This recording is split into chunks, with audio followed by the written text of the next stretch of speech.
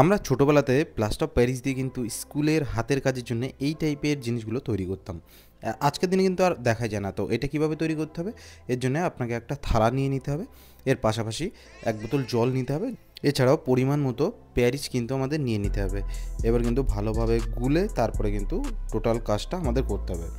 আর আপনি যে ফটোটা চান সেটাও কিন্তু নিয়ে নিতে হবে, যেটা আপনার প্যারিসের ওপরে ফটোটা থাকবে, যেটা সুন্দরভাবে দেখা যাবে। এছাড়াও একটা মগ নিতে হবে যার মধ্যে এই প্যারিসটাকে জল দিয়ে গুলবেন। তো চলুন এবার আমরা প্যারিসগুলোকে গুলে নিই জলের মধ্যে।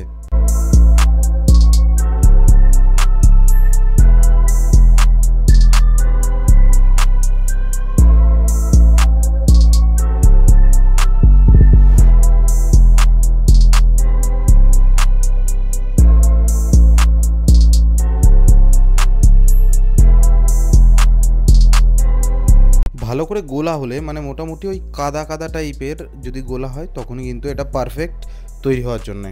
এরপর আমাদের ফটোটাকে জাস্ট উল্টো করে থালার উল্টো সাইডে রেখে দিতে হবে।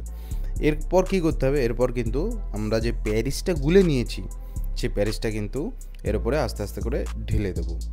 দেখুন এই প্যারিসটা কিন্তু সম্পূর্ণ ঢেলে দিতে হবে আর থালাটা কিন্তু পুরো ভরাট করে দিতে হবে। তাহলে কিন্তু কি হবে, যখন আমরা তৈরি করে ফেলবো তখন কিন্তু সুন্দরভাবে গোল যে ছাপটা সেটা কিন্তু থাকবে।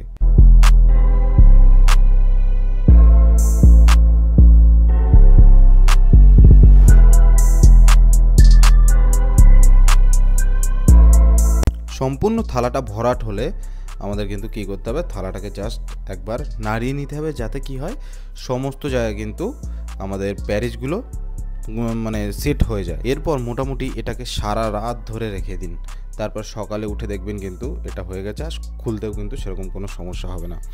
তো এইভাবে কিন্তু আমরা পুরোনো আমলের প্লাস্টার অফ প্যারিসের কাজ করতে পারি।